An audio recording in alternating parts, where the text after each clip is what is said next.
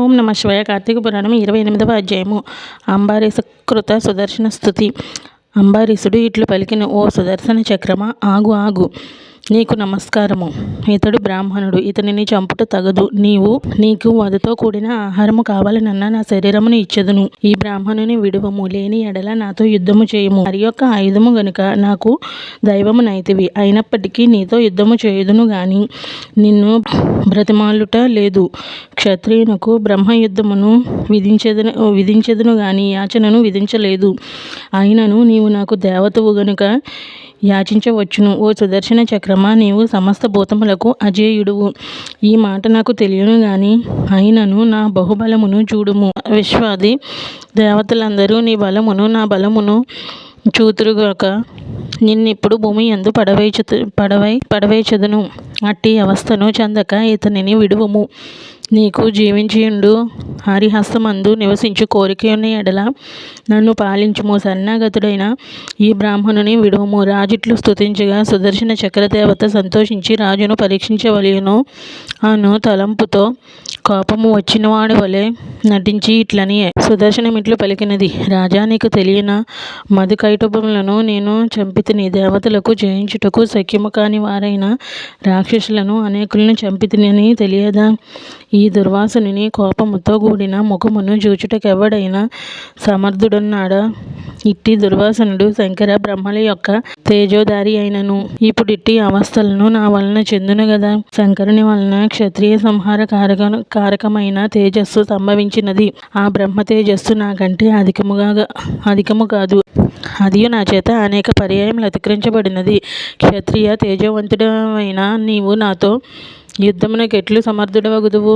బ్రహ్మశంకరులు 2 తేజస్సులు నాకు చాలా విలువైనవి.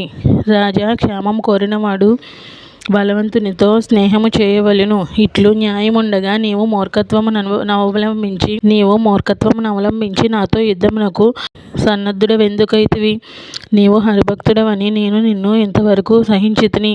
కాబట్టి నీవు దూరముగా పొమ్ము, ప్రాణములను వృధాగా పోగొట్టుకొనుకుము.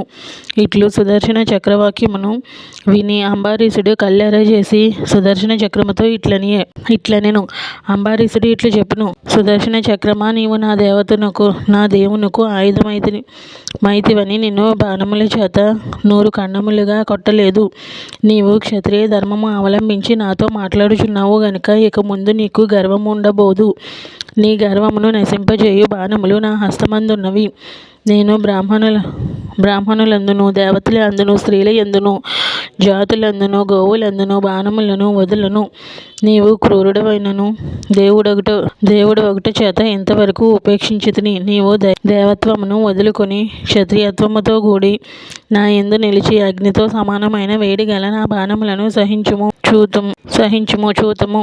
ఇట్లని అంబారీసుడు 24 బాణములను సుదర్శన చక్ర పాదముల మీద వదిలెను. ఇట్లు క్షాత్రపౌరుషముతో కూడిన రాజును చూచి సుదర్శనుడు నవ్వుచు ఇట్లని సుదర్శనుడు ఇట్లు పలికెను: రాజా, నీ సంరక్షణ నిమిత్తమే హరి నన్ను పంపినాడు. నిన్ను శరణాగతుడైన బ్రాహ్మణుని విడిచితిని, సుఖముగా నుండుము.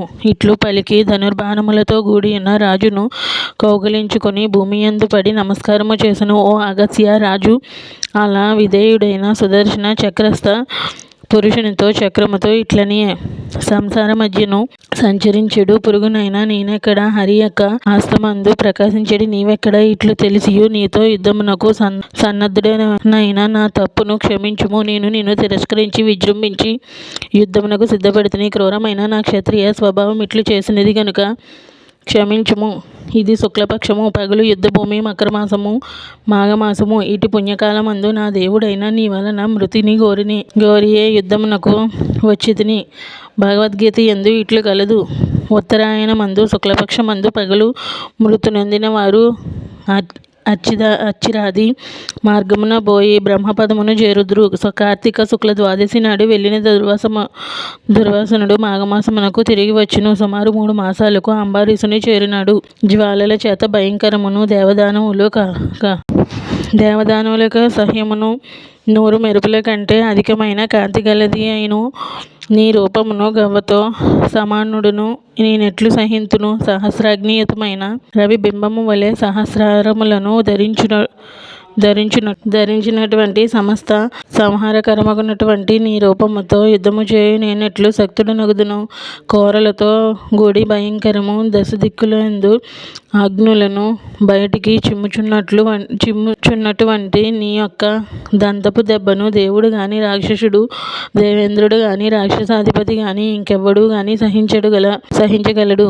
మెరుపులను సూర్యుని కిరణజాలములను మొత్తములై భయంకరాకారములను ధరించి వచ్చినను నీ తేజస్సును తిరస్కరించలేవు. విష్ణువు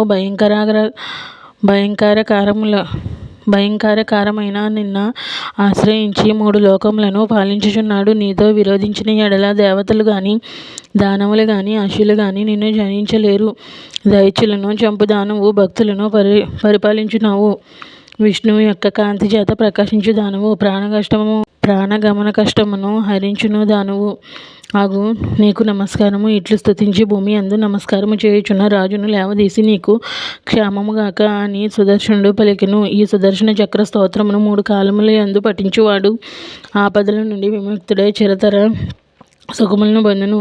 కలియుగమంది అధ్యాయమును ఒక మారైనను వినువారు అనేక భోగములు పొంది అంతమందు మోక్షమును పొందెదరు. ఓం నమః శివాయ. కార్తీక పురాణము 28వ అధ్యాయము సమాప్తము.